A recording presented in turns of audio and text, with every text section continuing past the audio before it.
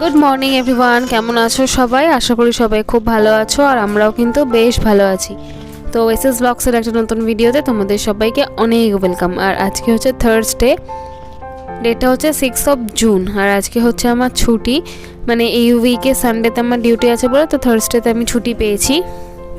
এই ছুটিটা নিতে একদম ভালো লাগে না, কারণ এই ছুটিটা নিলে মাঝ পরে টানা অনেক দিন ডিউটি করতে, কিন্তু কিছু করার নেই, যেরকম ছুটি দেবে সেরকম তো আমাকে নিতেই হবে। ছুটি থাকলে সকালে ঘুম থেকে উঠে পড়েছি, কারণ রোজ না ছুটির দিনকারে ওই 9টা-10টা অবধি ঘুমিয়ে তারপর রান্না করতে অনেক দেরি হয়ে যায়, কাজ টাজ করা কিছুই হয় না এক্সট্রা।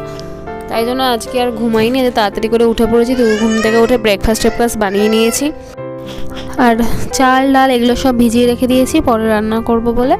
আর তাড়াতাড়ি করে বরকেও ঘুম থেকে তুলে দিয়েছি, যে বলেছি যে চলো আজকে আমি বাজারে যাব মাছ কিনতে। জেনারেলি আমরা মাছ কিনতে খুব একটা বাজারে যাই না, কিন্তু আজ বরকে টেনে নিয়ে গেছি মাছ কিনতে। আসলে অনেকদিন হলে চিংড়ি মাছ খেতে ইচ্ছে করছিল, তো বাজারে এসে পছন্দ মতন চিংড়ি মাছ নিয়ে নিয়েছে। আর আমার বর কই মাছ খেতে ভালোবাসে, ও একটু কই মাছ নিয়ে নিয়েছে। আর তারপর আমাদেরকে অনেকক্ষণ ওয়েট করতে হয়েছে, কারণ আমি তো বাড়িতে মাছ ফাছ কাটতে পারি না, আর জ্যান্ত কই মাছ কে কাটবে, তাই জন্য মাছ টাছগুলো একবারে কাটিয়ে নিয়ে এসেছি।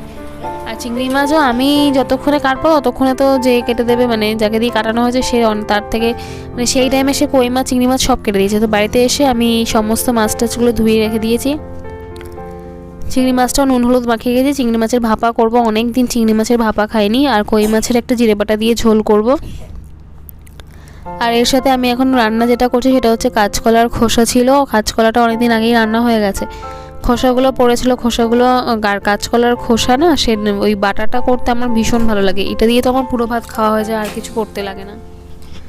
তো আজকে তাই করেছি। টকের ডাল হয়েছে, কাঁচকলা খোসা বাটা হয়েছে, চিংড়ি মাছের ভাপা হয়েছে, আর কই মাছের জিরে বাটা দিয়ে ঝোল হয়েছে।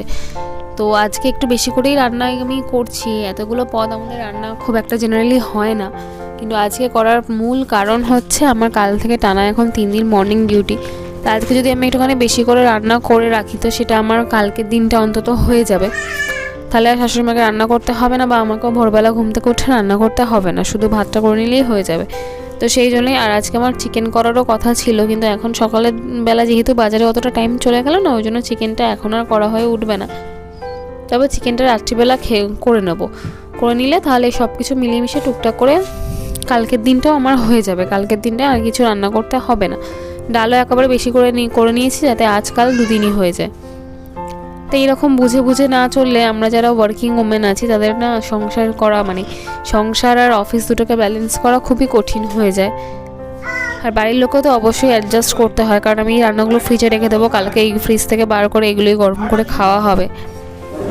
আর এগুলো যদি বাড়ির সবাই অ্যাডজাস্ট না করতে পারে তাহলে কিন্তু সমস্যা হয়ে যায় একটা মেয়ের ক্ষেত্রে। মানে দেখো, মেয়েরা অনেক স্ট্রং হয়, তাদেরকে তো কাজটা করতেই হবে, তো সেক্ষেত্রে একটুখানি লড়াইটা আরও একটু কঠিন হয়ে যায়, এই আর কি। তো তারপরে আমি সমস্ত রান্নাবান্না কমপ্লিট করে নিয়ে এখানে চলে এসেছি বাসন মাজতে। আর এত পরিমাণে গরম লাগছিল, ওই কুর্তিটা পরে আমি রান্না করছিলাম, মানে গরমে আমি দরদর করে ঘামছি, আজকে প্রচণ্ড গরম। তাই জন্য আমি গিয়ে লাস্টে আর না পেরে উঠে বাসন টাসন মাজার আগে, মানে রান্নাঘর পরিষ্কার করার আগে আমি আবার গিয়ে নাইটিটা পরে আসলাম, কারণ রান্না সব কমপ্লিট হয়ে গেছে। আর এখন এবার স্নানেই চলে যাব, কিন্তু তার আগেই বাসনগুলো মাজতে হবে, রান্নাঘরটা পরিষ্কার করতে হবে। আজকে মোটামুটি রান্না তাড়াতাড়ি হয়েছে, এতগুলো পদ রান্না করেছি, কিন্তু তাও বেশ তাড়াতাড়ি হয়ে গিয়েছে রান্না। 1:15-15 মধ্যে আমার রান্না কমপ্লিট। অন্যদিন ছুটির দিনে আমি প্রায় 2-2:30 অবধি রান্না করি, তাও একটা ডাল আর একটা তরকারি করি। তো বেশ নিজেরই বেশ ভালো লাগছে যে না, যে তাড়াতাড়ি উঠে পড়াতে বেশ ভালো কাজ দিয়েছে। আর এদিকে আমার ছেলেরও স্নান টান সব হয়ে গেছে, আমি রান্নাঘরে পরিষ্কার করে ওকে খাইয়ে দেবো, ওকে খাইয়ে ঠাইয়ে দিয়ে তারপরে আমি যাব স্নান করতে।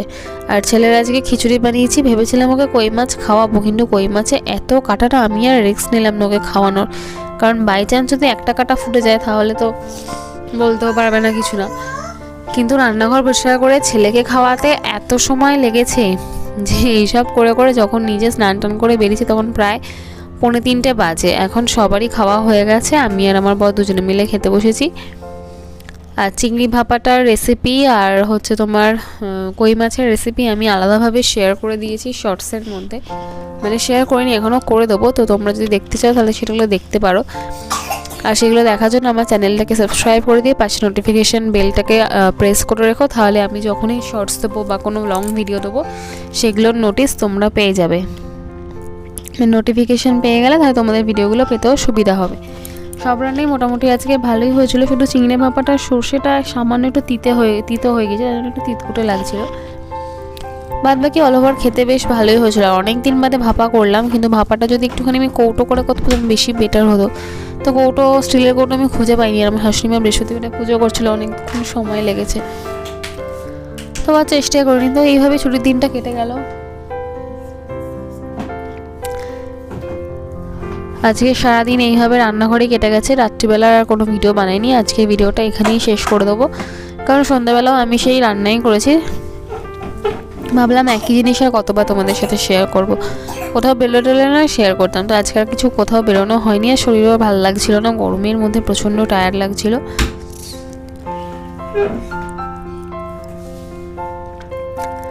যারা আমার চ্যানেলটাকে অলরেডি সাবস্ক্রাইব করে দিয়েছো তাদেরকে তো অসংখ্য ধন্যবাদ, আর যারা করোনি তারা প্লিজ প্লিজ প্লিজ আমার চ্যানেলটাকে সাবস্ক্রাইব করে দিও, করে দিয়ে পাশে থেকো। ভিডিওটা যদি ভালো লেগে থাকে কোথাও এতটুকু, তাহলে প্লিজ লাইক করে দিও একটা, আর কমেন্টের মাধ্যমে অবশ্যই জানিও তোমাদের মতামত যে তোমাদের কীরকম লাগলো না লাগলো।